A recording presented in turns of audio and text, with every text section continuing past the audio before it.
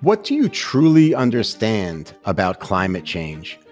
How will it impact you, your family, and your friends? Is climate change truly an existential threat? Although we regularly encounter discussions surrounding climate change on the news and in social media, many of us grapple with understanding what is truly happening to the world we live in.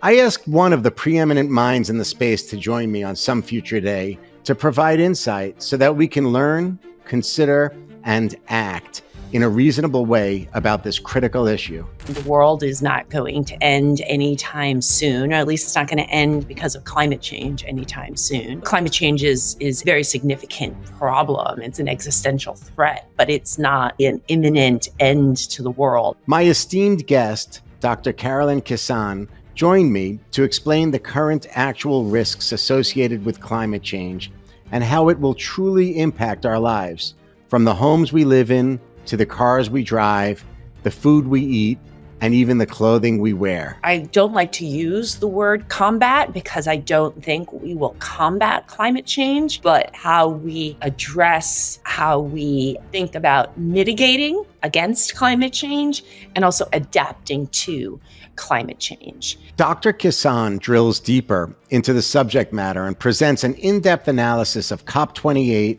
the evolution of renewable energy and hydrocarbons, corporate greenwashing, the United Nations effort to support the world's most vulnerable, and of course, technological innovation. Dr. Carolyn Kissane is the founding director of NYU's Energy, Climate Justice, and Sustainability Lab, coordinator of the Energy and Environment Concentration at the Center, a lifetime member of the Council on Foreign Relations, a member of the National Committee on U.S.-China Relations, a non-resident fellow of the Payne Institute at the Colorado School of Mines, senior fellow for the George W. H. Bush Foundation for U.S.-China Relations, and a distinguished fellow at the University of Piraeus. She serves on the boards of the New York Energy Forum, New York Energy Week, and the Clean Start Advisory Board.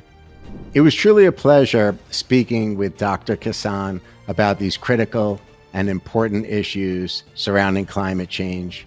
Thank you so much for providing your time, Carolyn. I appreciate it.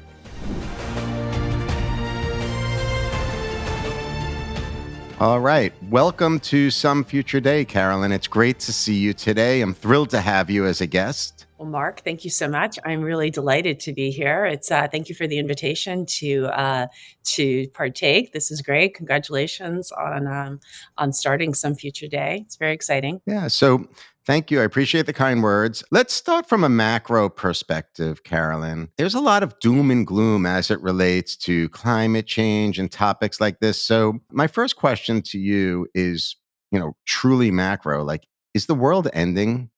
No, the world is not ending. I would encourage all of your listeners, viewers, to kind of move away from apocalyptic thinking. The world is not going to end anytime soon, or at least it's not going to end because of climate change anytime soon.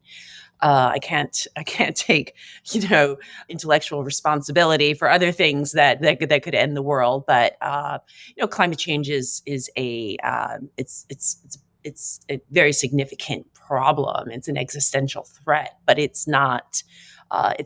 We don't see an imminent end to the world anytime soon. So is it like, would you categorize the general sentiment surrounding climate change as an era of pessimism? And, if so, like, what role does the media and social media play in creating this sentiment?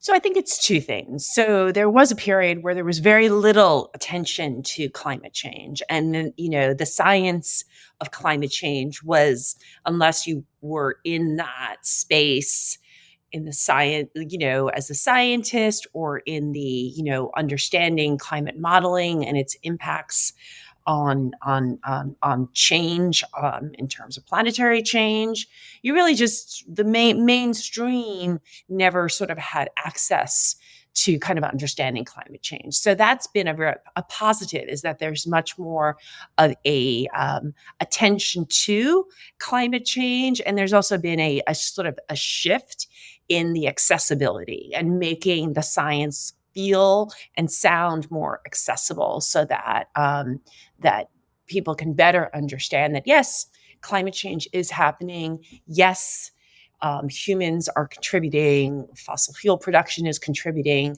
You know, understanding the role that carbon emissions and greenhouse gases play. That said, I think there are, you can kind of almost see different media paths, those that are very pessimistic about the opportunity to, I don't like to use the word combat because I don't think we will combat climate change, but how we address and how we think about mitigating against climate change and also adapting to climate change. And then there's still some climate denial that is in the media. However, I think if you to just do a kind of an assessment, discourse assessment over the last 10 years, you've seen a reduction, that there's less climate denial in the media than existed 10 years ago. So there's much more of an acknowledgement that climate change is real, that it is happening, and that it does need to be addressed. So it keeps a lot of people up at night, especially people in the younger generations, young millennials, Gen Z, and even Gen Alpha. Like, I got to be honest, my 7-year-old daughter Damaris comes into the bathroom and tells me to turn off the shower while I'm in it. So, can you just level set the audience and tell us, are we? Again, I realize I'm speaking in broad strokes here and generalizing, but are we better off today than we were 50 years ago, 100 years ago, generally speaking, or are we worse off? Well, so I commend your daughter. That's great because I think all of us probably take our showers are too long. And I think, even when you go back to, Mark, you and I are kind of the similar generation, how people started to draw attention to littering, right? Littering was, in terms of what you do with your trash. So there was a campaign when we were growing up, right? So, as young people, and children, they're like, wait a second, I don't, I want clean streets, I want my parks to be clean. So calling out adults when they're not, kind of following the rules. I think there is a lot of anxiety around climate change, which is it can both be a motivator to be involved and to think about how you can be kind of an activist, whether it is through the way that you think about your trajectory and what you want to do in life. um, but I would say that overall, we're so much better off today than we were in on a lot of fronts, right? I think there's, if you think about globally, so it depends on where you're looking. If we're only looking here in the United States, again, depending on where you're looking, but I think globally we've seen less people living in poverty, so we have seen poverty reduction. From a climate change perspective, we're seeing more emissions, which is a negative, but we're also seeing, a fair amount of change in our energy systems. And I very much emphasize systems because there's not a one global energy system. We have a multitude of systems that exist across different countries, but also across within countries, you have different energy systems.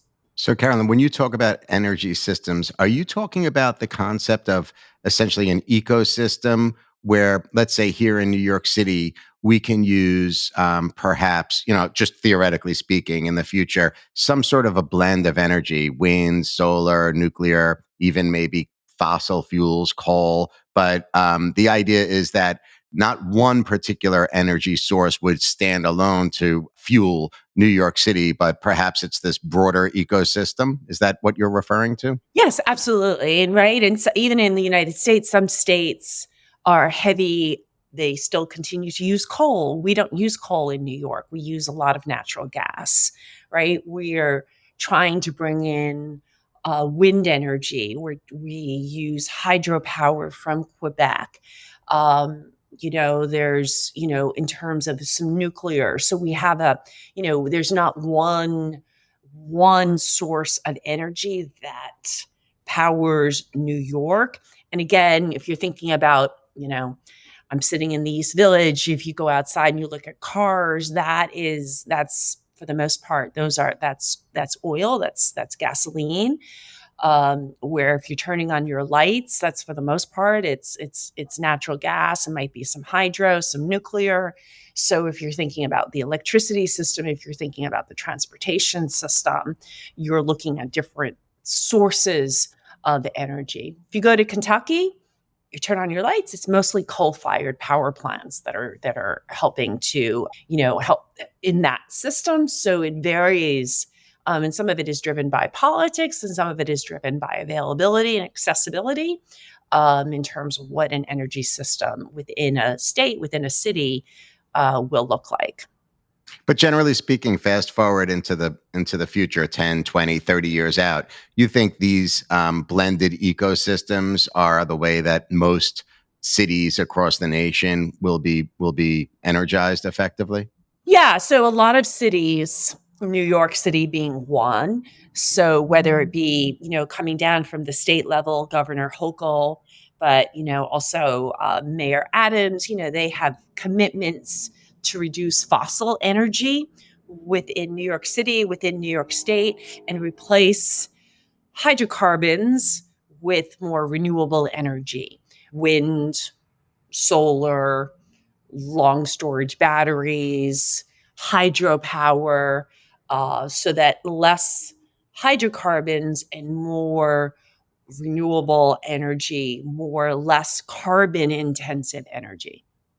So, Carolyn, I'm happy that you spoke to New York City and New York State. I understand that, at least here domestically in the United States, New York State is considered ahead of the curve as it relates to energy related topics. And it's my understanding that New York State and New York City have some changes in store as it relates to bringing energy to new buildings that are created. I think I could be mistaken. Is it 2025? Very good. Local law 154. Very good, Am I Mark. right?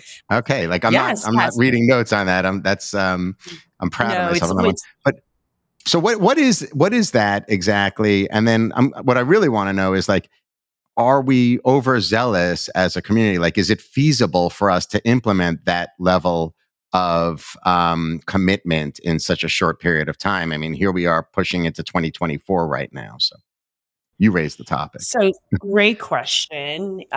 These are ambitious commitments. These are ambitious targets. So I think the easiest way for your audience to think about it is like there are two laws. One is local law 97, and that is specific to buildings that are 24,000 square feet or more. That there are specific carbon reduction targets that are set for buildings. Um, there are some different categories, but generally that's the idea, and that goes into effect in 2024. And the law 154 is that any new build of a large type, again, sort of 25,000 square feet or more, using gas or oil will be prohibited. And that in also, if you are doing a massive renovation of a existing building, that building might also qualify under the requirements of 154. Are we ready? It's very problematic. It's really like we'd have to spend the next couple of hours because it really does depend. Some buildings have been working on, preparing for the law and choosing not to pay fines because that's that kind of like if you're not meeting the requirements, there are fines associated with it. Other buildings, again, it's very expensive to do these types of retrofits. It's can be complicated. Also, again, kind of going back to your earlier question about our system, some of the assumptions that were built in as to how much renewable energy New York City would have available at this point There have been some delays and some challenges. So I think building owners and developers are sort of thinking about this in different ways. But I think overall, the policy directives are meant to kind of move change and do it via regulation. So setting high bars of regulation and compliance that then sort of force the shift and the transition away from, a lot of hydrocarbons to less, to a more decarbonized system within our buildings. So it sounds like what you're describing on a local level might be endemic on an international level. This tension between progress in regards to climate change versus commercial growth. Is that something that exists? And if so, can you talk about it a little bit, please? Sure. I mean, I think we have the Conference of Parties coming up in the United Arab Emirates. There are a lot of like targets that have been set internationally about where the world needs to go around the energy transition, reducing the amount of fossil fuels. Mark, I'm going to just I'm very pragmatic when it comes to, how I think about energy. The world uses a lot of energy. And that's generally good because that also sort of helps to sustain um, lives. It helps to sustain progress and move progress forward. But the world consumes 102 million barrels of oil a day, right? That's not going to change anytime soon. We use a lot of natural gas. A lot of developing countries use a lot of coal, right? So the transition is not going to be an overnight one.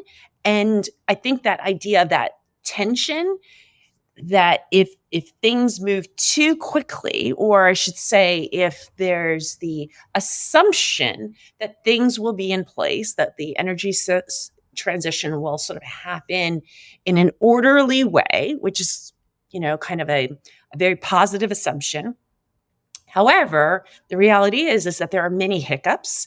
There are challenges to transitioning energy systems. And so you have to be able to balance that so that you don't see sort of the negative consequences to economies, right? So you don't want economic decline while undergoing the energy transition. So it's a very it's a difficult balance, because you want to be able to sort of be integrating less carbon intensive energies, but you don't want it to be disruptive. Ideally, I mean, you don't want to be disruptive so that, you places, for example, are experiencing blackouts. That's not good. You don't want the price to the consumer for electricity to go up too high, because that has negative consequences. So I think it's very challenging. And we're kind of in that sticky period right now, where we have a lot of very ambitious targets. We still have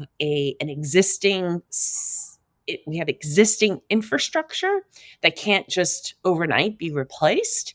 So how do you kind of it's about, what I tell my students, it's about coexistence right now, is how do you sort of build in more new energy technologies and more renewable energy, while at the same time, you're not completely eliminating the existing energies. You're trying to reduce them, but for the moment, we're not seeing real reductions in hydrocarbons. We're seeing additions of more different types of energies, if that makes So it's sense. interesting. From what I understand, please by all means correct me if I'm wrong. I understand that the global economy has been 85% dependent on fossil fuels for the last 50 years. So this That's correct. question, am I right? It's Yep. 85%, right? And that's where we are today. So this idea of being pragmatic, the way that you're talking about this evolution versus a revolution, integrating renewable technologies into our economy, into the marketplace, sounds really interesting. But, again, you struck a little fear into me because you spoke about perhaps a marketplace collapsing as a result of accelerating too quickly or pulling fossil fuels out of the marketplace too quickly. You mentioned, like, for example, not having lighting? Does that then go into ideas of like heat and air conditioning for the elderly? Preserving food supplies? Does it get into the issue of moving goods that are critical for hospitals and other infrastructure related topics into play? Like, what is the downside if we revolutionize and pull fossil fuels out of the marketplace quickly? So I don't want your audience to think that I do not support the energy transition and the move towards reducing hydrocarbons across the energy systems. I think the issue is that if you think about security, so I think a lot about energy security. So if you think about security, you need accessibility. So you need to have enough supply to meet demand. And ideally, it's affordable, right? So you want affordability, you want accessibility, you want acceptability, right? So you also want it to be acceptable by the users of the energy. And there's the issue of sustainability and the environment.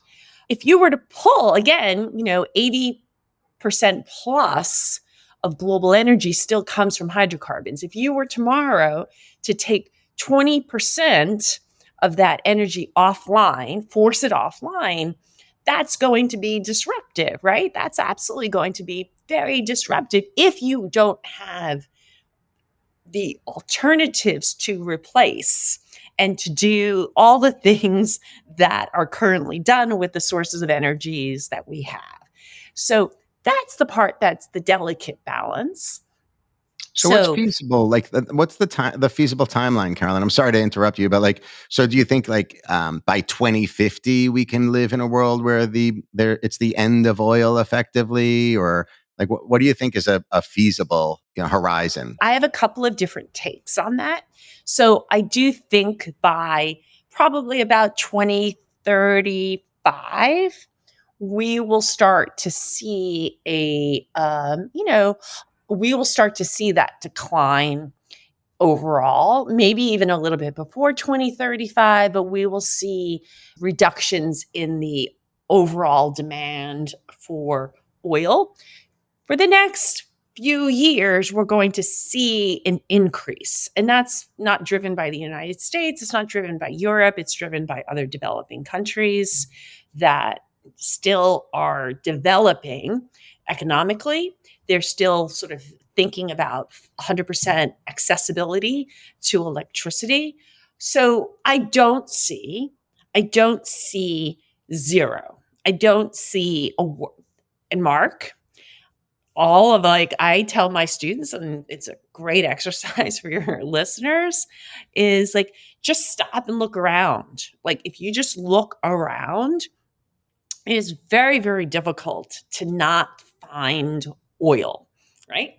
To not sort of connect, whether it be, this plastic, or whether it be, how your phone, for example, goes from, the various, factories that make it, but then how it gets moved, right? Trucking fleets are predominantly still gasoline. So petrochemicals, fertilizers, it's just pervasive. So petroleum products are pervasive. The oil consumption is pervasive in our economies. So I don't see zero. I see lots of changes in how we think about oil, but I don't see zero. So proportionality then, right? It's like the ecosystem that we mentioned earlier comes into play, and the renewables will go from a smaller proportion of the pie to a bigger proportion of the pie. Is that how you Yeah, no, envision it? absolutely. I mean, Yeah. solar is a great example. Like, again, like 15 years ago, people were like, oh, solar's too expensive. It's not, and now you have it's the fastest growing source of energy addition, right? It's coming from solar, it goes into electricity. Today, you have the price of long storage batteries are going down. That's a game changer, right? So I think we're going to see a lot of changes, positive changes towards more renewable energy, less overall, a less percentage. So we'll see the percentage of hydrocarbons in use and the percentage in use go down, but it's not going to happen, it's not going to happen overnight. So again, it is part of that. I think evolution is a great word to use. It's not it's not a quick revolution. It's an evolution where we're seeing the sort of the transition is taking place. It's not happening as quickly as many people want, but we're if you're in the space, you absolutely see that there's more of different types of energies that are coming into the energy space that affects all of us and affects in different ways. Who would benefit then if we see, like, I don't want to put words in your mouth because I know these are like sensitive topics. So, like, assuming that you're saying by 2035 we'll see a peak in the demand for oil, gas, and coal. Is that fair to is that what you were Well, saying? coal probably before. Coal is probably going to be like, I mean, it's again, there's lots of issues as to why we've seen an increase in coal, or especially over the last few years. And again, much of that is in the what we would call the developing world, So where you're so if we seeing see more coal consumption. Yeah. So if we see it peaking out, let's say it hits a peak because now we have maybe electronic vehicles are ubiquitous and these other topics that you're raising. Let's say it's 2035, then who benefits economically? I think there's going to be like a very interesting shift as it relates to the corporate landscape, right? So who in your mind do you see doing things the right way now that will really have a significant benefit economically as it relates to corporations in the space in effectively 10 years from now? Yeah, so I think a lot of companies have embarked kind of on a sustainability journey of sorts, right? Where they're looking at their supply chains and they're looking at, we also have a lot more regulation around disclosure, especially here in the United States and very, very much in Europe.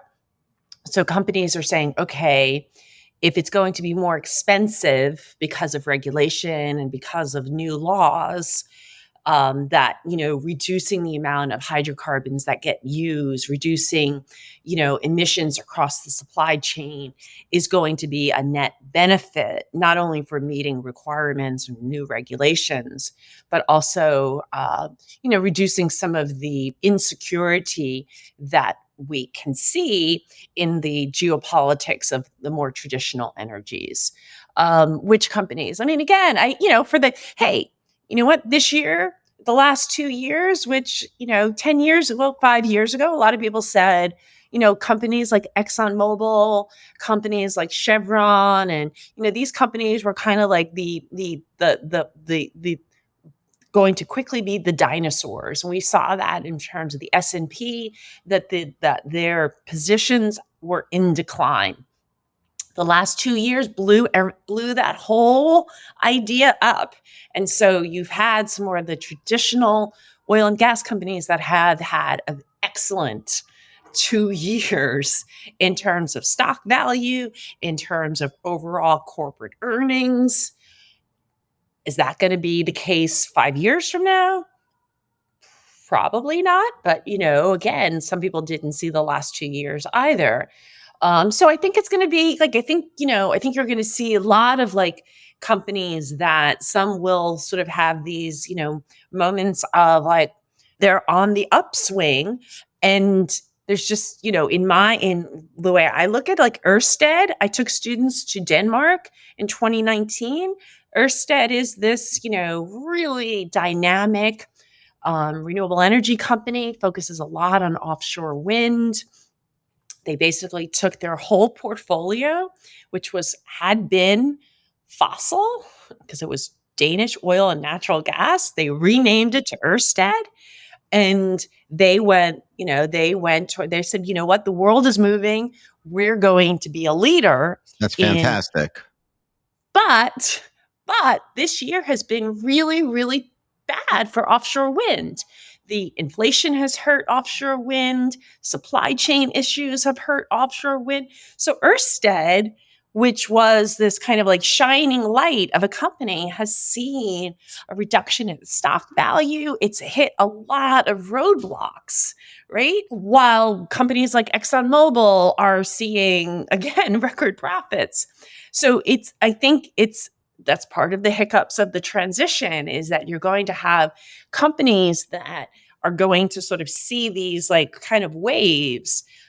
And then, again, I think if you are going back to your daughter, right?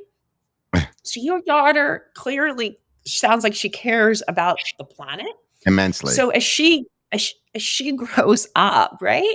What kind of a consumer is she going to be? Like, is she going to be a consumer that's like, well, wait a second, I'm buying this piece of clothing, or when she eventually, I'm sure you and your wife will get nervous, but it's when she starts to drive and she's thinking about like, what kind of car is she going to buy? Like, a lot of that is like, we are seeing young people and their consumption choices and how they think about, who the company is. What is the identity of the company in terms of what kind of like, how are they thinking about their stewardship, in terms of corporate stewardship? I think that's starting to change in ways that I think probably hard to sort of know what that's going to look like in 10 years. But I do think you're seeing corporate stewardship play in some different areas. And some companies do it well, some companies greenwash. But I think I think the companies that are doing it and are truly, it's value oriented, it's purpose driven, are not going to move away because there's a hiccup. This is their commitment. This is part of it's built into the mission as how they think about their production, whatever it is that they're bringing into the market. So I think it's a fascinating time for companies. It's a challenging time due to volatile economic environment, but also I think you're seeing a lot of different approaches to how companies think about sustainability. Carolyn, who do you think will get us there on a global scale quicker? Will it be governments, or will it be private businesses, entrepreneurship, these types of individuals that are in the business sector that you, like, to your point, you said, like, these people are committed, whether it's for social reasons or for profitability. They are driven. They're in it. They are experts on it. They're probably in many cases more of an expert than you might find in, the government. So who's going to get us there quicker? Is it going to be the private sector or the public sector?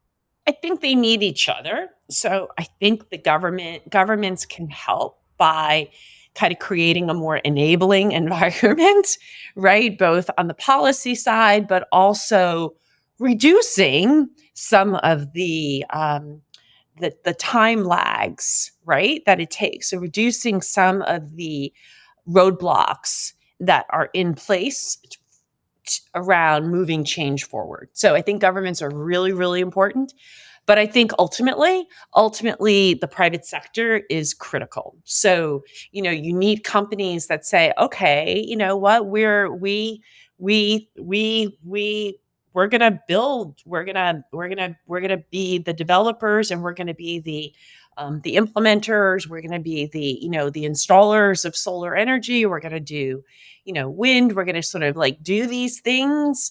But again, producing solar panels without being able to also then, know and have confidence that there's going to be the transmission lines and all these different kinds of things, that's sort of more in the government space for around the permitting and the permitting that's required. So it's a very delicate dance, but I would say it's not going to be one or the other. It has to be both because companies will come into they'll be butting heads if the governments are not sort of if there's not an agility between the two, that they can work together to move, especially around the energy transition. So I have to tell you, as you're speaking, you're kind of changing my mindset about like corporate greenwashing, for example, because I think there's also a delicate balance between creating value for the shareholder and taking steps in the right direction so that you could positively impact the environment. I was going to highlight a couple of acquisitions that were done here in the United States as examples of corporate greenwashing, but maybe it's just a necessary evil until we shift, until we get to 2035 or so. So the two big events in October that I was going to highlight from our energy sector was ExxonMobil's acquisition of Pioneer Resources for 59.5 billion and Chevron's acquisition of Hess for 53 billion. The results of which, as you know, it boosted their reserves, it impacted their market positions. It touches on geographic security from a commercial perspective. And, it seems like you could tie the banks into those topics too. Clearly, I did my homework thanks to you. Right? I was That's inspired. very good, Mark. I'm very impressed. But I didn't even make the connection to the banks, because the banks involved, like Citi and Goldman and Morgan Stanley, by underwriting these acquisitions, perhaps they're guilty of greenwashing too. So can you just talk to that issue a little bit? Are these good acquisitions for American companies? Are they necessary at this point? Like, they might actually be necessary as these companies transition towards renewable. Like, what's the actual story here? So again, I mean, there are stories depending on who you ask and how they look at this and the perspective that they take on this. These are, regardless, these are still these companies, Chevron and ExxonMobil. They are predominantly traditional energy companies, meaning that the bulk of their portfolio exists in the hydrocarbon space, right? So this is a hydrocarbon play, right? For both companies. ExxonMobil, buying Pioneer, a very much of what we'd call a Permian play, and the Permian in Texas is a prolific source of oil. Some of it is shale oil. So this is strategic. This is also sort of saying, hey, this is, proximity matters, right? This is U.S. So it's not ExxonMobil going out and buying a foreign acquisition, so going sort of beyond U.S. borders. So it's within the United States. These are two U.S. companies. Yeah, so it's reserve driven to add reserves to the overall sort of company profile, but it's also strategic, right? Because it's a little, we're seeing some consolidation, which I think is, kind of part of the evolutionary process. For Chevron, I think it was kind of multi-pronged. I mean, for both, I would say it's multi-pronged. It's, part of it is the Bakken in North Dakota, part of it is Guyana. Again, this is about adding some reserves. This is about sort of like a little bit, we would call it a little bit diversifying the oil portfolio for both companies. But I think it's also an acknowledgement, again, it's an acknowledgement that the United States consumes almost 20 million barrels of oil a day. We produce almost 12.5 million barrels a day. We still import oil. There's just this, the world is, again, going back, the world's not going to zero. So there is, I think, these are private companies. So we don't have national oil companies. If you go to Saudi Arabia, Saudi Aramco is a national oil company. But this is also sort of like, this is saying, okay, what is going to be the U.S. position as the world's largest oil and natural gas producer? Most people in the United States have no idea that the United States is the largest producer, produces more oil than Saudi Arabia, produces more natural gas than Russia, produces more oil, natural gas than Russia and Saudi. Like it's You know, so this is my take, and this is my argument that I'm also kind of really giving a lot of thought to. We're as much as you can, this is maybe greenwashing, but we're going to see the decarbonizing of hydrocarbons.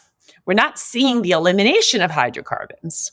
We're seeing the decarbonization of hydrocarbons. So companies that are investing in carbon capture, companies that are like building out a lot of efficiencies in their production to say where can we reduce emissions?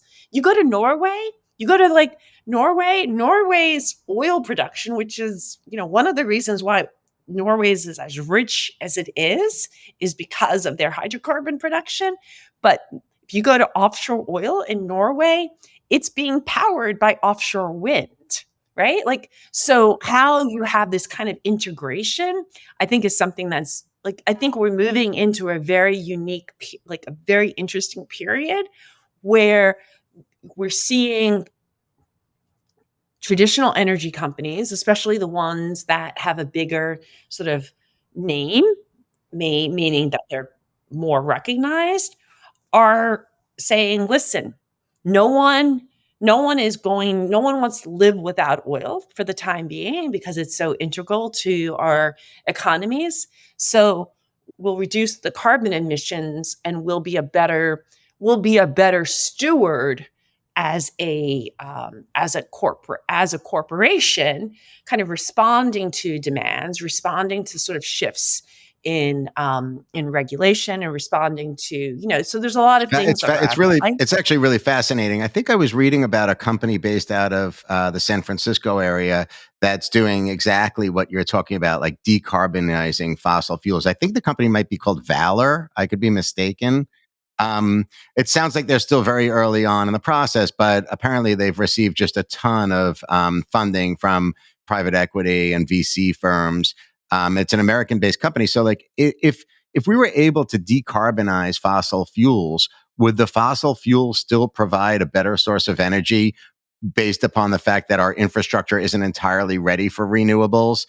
So would the decarbonized fossil fuel approach be better than the renewable approach? Do you see my distinction there? Yeah, totally see your point. And I'm going to say it's both. It's not either or. It's not like one is better than the other. We need to have both for the time. Like, we need to have both. We need to have a lot more.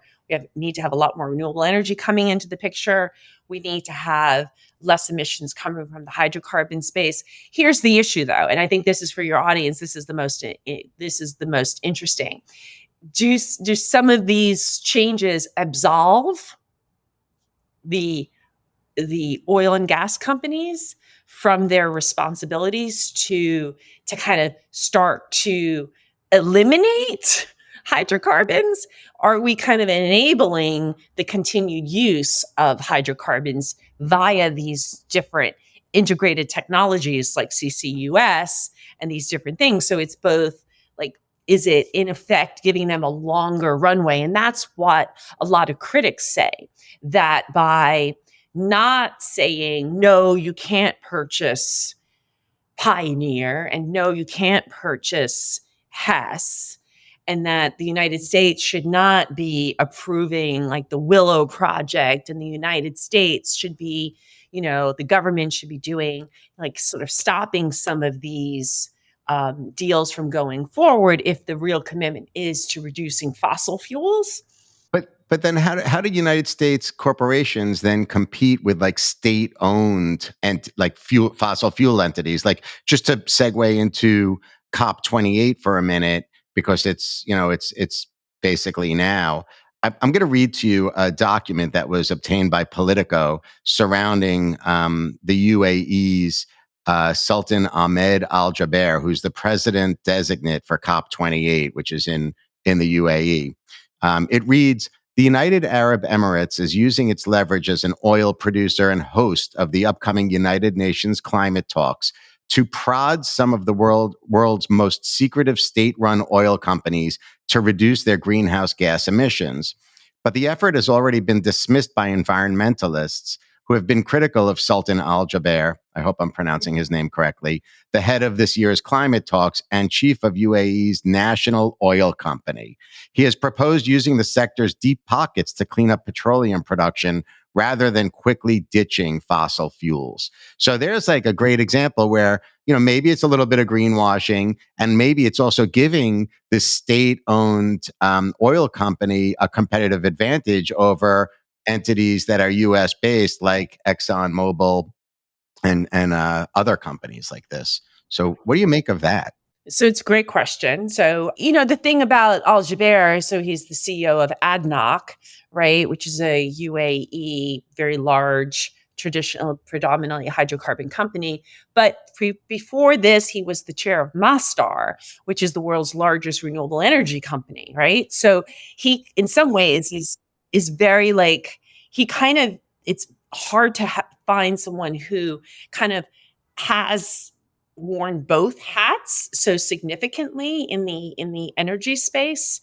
So my take, which again maybe is counter to a lot of the analysis to date, is that this is actually going to be one of the more positive conferences, and that is probably going to have, I would argue, probably the some pretty, not a lot, because it's really hard when you run these like very large international conferences, but I think you're going to have some agreements that are going to be meaningful and that are going to have some meat on them. Maybe meat is really a bad one because meat, methane emissions, but regardless, like so Al Jaber, here's his take. His take is, we live in a complex world that still uses a lot of hydrocarbons, right? The world is going to continue to need hydrocarbons. That hydrocarbon companies have a responsibility to reduce emissions. How do we help to commit to, as hydrocarbon producing companies, how do we reduce emissions from so the companies that can reduce their emissions will be the companies that thrive and survive, right? So I think there's that take. And I think the other thing is that the UAE is not quickly, or no countries in the Gulf are going to move away from hydrocarbons. Their budgets are so deeply tied to hydrocarbons. They're not diversified enough, but they also are very wealthy. So they have a lot of money, and they want to be significant on the global stage for being leaders, and not just leaders associated with their energy production, but also in terms of leadership, in terms of actually moving change forward.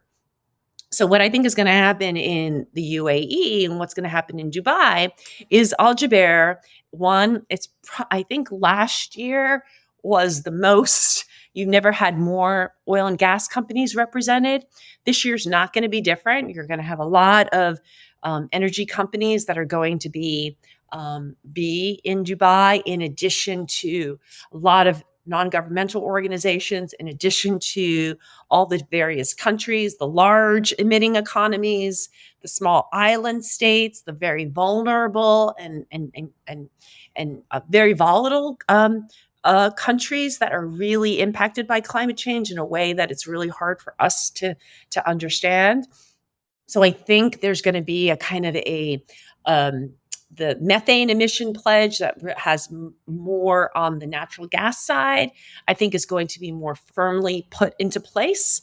I think you're going to have a kind of this idea that, okay, as we continue to use hydrocarbons, we're going to commit as companies and as national oil companies to reducing our emissions. So we're going to sort of take a very strong technological hammer to our production to reduce it. And the other thing is, you mentioned loss and damage, that the UAE is my guess. This is my guess. I have no information on this. The UAE, there's going to be a big fund, bigger than what was pledged. So there's 100 billion that was pledged. We still have yet to sort of meet that target. I think the UAE is going to actually announce a very large fund. That's really interesting. So, like, just to close the circle with regards to Al Jaber and ADNOC, because it's exactly what you stated. He set goals for ADNOC to eliminate emissions of potent greenhouse gas methane by 2030. But the company also plans to spend $150 billion expanding oil and gas capacity in a country that's already the world's seventh largest producer of those fuels. So literally, it's exactly what you said. As it relates to, just to segue into this first ever climate loss and damage fund at COP27, this was a historic agreement to establish a loss and damage fund to help address extreme climate in low income, low emitting, climate vulnerable countries, which is really interesting. And it really does tie into a lot of what we're talking about today, Carolyn, as it relates to, essentially like the haves and the have nots. So I wasn't thinking that Dubai or the UAE would come out and say, here's a huge pledge towards it. But we're already seeing, an inability for the countries of the world to donate to that fund. They were supposed to put money into that fund shortly after establishing it, but yet here we are a year out, and we've seen torrential rains created flooding that swept away an entire city in Libya. We've seen wildfires raise swaths of Greece and Canada and obviously Maui. The leaders surrounding this loss and damage fund have met 4 times, but there's not been any specific financial pledge towards the fund yet.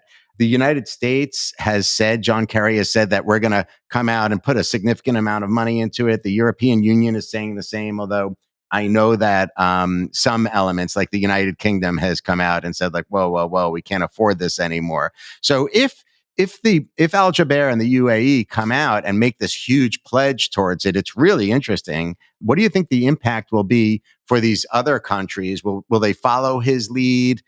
Is it something that's sustainable as it relates to this fund? How impactful could they be to help these nations that really are getting, I think, the short end of the stick as it relates to climate change caused by some of the bigger, manufacturers on the planet? So, whatever the fund is, whatever the final amount is, um, there's the what's committed, and then there's the what is in terms of what actually will go into the fund. And the reason why I think the Al Jaber is going to, I think that's I think that's already in play. That will, in a little bit way of shaming the large emitters to say, if the UAE is putting a big chunk of money towards the fund, then the larger emitters, the United States and China, should also follow suit, and that they're going to be held accountable for meeting the pledges that they make. That's been the issue. The pledges were made, but the numbers, the money has not actually come in to the point where it was supposed to. So the reality is the fund is a drop in the bucket. The fund is, we need trillions of dollars going towards this. Like in terms of when you look at the most vulnerable countries for not just, again, mitigating, which is reducing the carbon emissions, but adapting to. You just gave those multitude of examples in Libya and Maui and Pakistan, and you name, there are very few places in the world that have not seen the extreme impacts, right? So we need to really be also, loss and damage is also sort of thinking about how do we think about adaptation, right? Because anything we do today is, we're not going to see the carbon emissions that are in the atmosphere are there unless we can remove them. But this is like, even if we went to zero tomorrow, which we're not going to in terms of emissions, climate change we're still going to see the impacts of it. And that's just, the science tells us that. So I think the loss and damage fund, again, Al Jaber is going to say, here it is. It's kind of like, I'm kind of thinking about, like, I don't know, maybe if you're in like Las Vegas or something, or you're somewhere, someone's, an auction. You really want to get someone who's going to put the money up a big amount that then sets the tone for others to follow. Say, listen, here I am. I'm putting my money, and so the UAE is going to do that. They're going to put a lot of money on the table. There's going to be a fund that's going to be bigger than what even was discussed. And then it's going to be up to other countries to sort of follow suit. But I do think that's going to happen. And here's my take. So I was in, this is going to be funny. I was in Doha in March. Qatar had hosted the World Cup, right? There was a lot of criticism of Qatar hosting the World Cup. There were a lot of issues around human rights, a lot of issues around, I think overall it proved to be a success. Was, I think, the final take was that they managed it. People who attended were pretty happy. There were, so it ended up being a success in a way that a lot of critics didn't think it was going to be. So the same idea, a lot of the criticism around Al Jaber being the chair of COP28 and this happening in what is called a petro state, the UAE, I actually think the counter is going to be the case that it's actually going to be a success, and partially because they are so committed to it being a success. They are going to make sure that youth organizations have a place and have a voice. They're rolling out everything that they can to ensure and to enable a COP28 that's not going to be a failure. Copenhagen in 2009 was an absolute failure. COP28, as hosted by the UAE, will not be a failure. I don't know everything they're going to do, but I'm going to put I'm saying that I believe it's going to actually come out and be one of the more successful. Will it be as successful as Paris? Because you had a pretty big agreement coming out of Paris in 2015. I think it's going to be a different type of success, but I think it's going to be very successful. So it's interesting, like a standard for success before nations start executing on their plan is international cooperation. And I wonder, in your opinion, like which policy or which international agreement has been the most effective in galvanizing the international community to combat climate change? I mean, we've had, the Kyoto protocols. We've had things that have gone into play where we see hydrochlorophore, like we've seen chemicals and substances that are prohibited globally, right? I think the methane pledge is going to be pretty significant in COP28 in terms of when methane is a very toxic greenhouse gas. It's more damaging in terms of than is carbon. In terms of what it does once in the atmosphere. But I think we've had some international agreements that have made using some chemicals that are deemed toxic, that in terms of the ozone layer and things like that. These are kinds of things that we've seen that have been effective. So I think that we have some examples. It's just very hard to get full international cooperation. It's possible where, countries don't feel that they are being kind of put out or displaced by what's getting prohibited. I use a book, it was written in the 1960s, but Silent Spring by Rachel Carson. And I have students read it, one, because it's a beautiful read, but two, it's the power of making the reader aware of, imagine a spring where you don't hear the birds and you don't see the flowers in bloom, and how sad would it be? And this book was super powerful. One, it was had been a series of articles, then it was the book, and it was read by John F. Kennedy, and it really had an impact on U.S. policy. It was part of what was a driver behind creating the Environmental Protection Agency, was this book. And then you had certain chemicals that were used in fertilizer, that were used in agriculture, and that were used in products that got eliminated. They got basically regulated out of being used. And part of it, sort of stemmed from that book. So, I think it can be sometimes hard to sort of imagine hard change in terms of imagining what it's going to look like.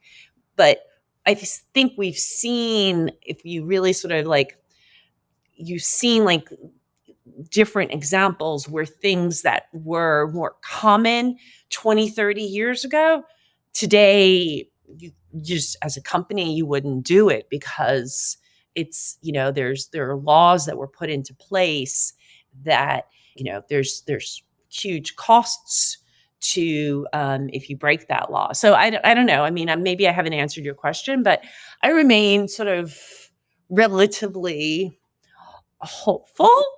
Again, I don't, but by the way, when I said great success, I don't mean that, there's going to be, the day after the end of COP28. That does not mean that we're going to see this clear decline in hydrocarbon use or this immediate decline in overall global emissions. That's not how I'm thinking of success. I just think you're going to have agreement that's going to be meaningful, and you're going to have some significant move that's going to be that would represent a successful conference of parties. Yeah, it's really interesting how energy and technology are shaping the geopolitical landscape, but really at a deeper level, it's humanity, it's humankind. So, you've been really generous today. You've given us so much insight and so much of your time, and I appreciate it. But I can't let you go just yet. I think you just set me up for a good segue into what we do with each guest. At the end of each show, we ask each guest to finish a sentence that I set up for them that ties back to the show's title, Some Future Day. So my setup for you is, which you just inspired 2 seconds ago, is in some future day, technology will have an impact on the way that societies function, specifically by changing the way that we consume energy. And I think your people are going to have a lot more depth of understanding as to their own consumption, and that we're going to have much more granular data that's going to be able to help countries to better prepare for change. For sure. In fact, artificial intelligence is already driving towards that initiative. It's really interesting. I guess we really didn't have a chance to address cow flatulation today. What? Cow farts. Oh, cow farts. Oh, the methane emissions. Okay. Yeah, we touched on methane emissions, but we didn't get to really talk about that. So one of my students is actually, that was her. She wrote a piece saying that COP28 should not serve meat because of, again, the negative impacts. Right. She's right. And so, but meat is on the menu for COP28. So she's like, climate change talks, and then meat on the menu. That's that shouldn't be the case. Yeah, it's tough. I mean, the naysayers try to poke holes in every aspect of it. But to your point, it takes time. There's an evolution. It's easy to point out how people are arriving at the event, what mode of transportation, what they're eating. You could poke holes all over the place. But, fortunately, we're taking some steps in the right direction. I would like to believe so. As a mother of, 2 boys, I really hope that, the things that we're doing today, that they see and that they experience in a positive way, that it's not, that we're not continue, that we don't iterate towards destroying or, reducing the enjoyment of the world that we live in, but hopefully we're enhancing it as we move forward.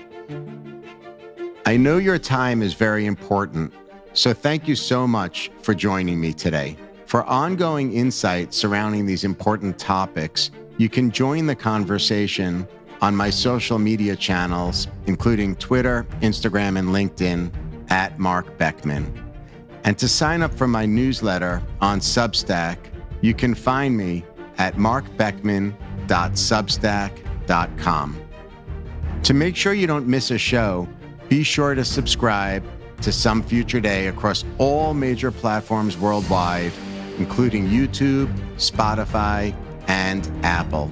Special thanks to New York University for producing Some Future Day, and a big shout out to my producer extraordinaire, John Boomhofer, for being patient and always encouraging me to push through. Thanks a lot, John. Have a great day.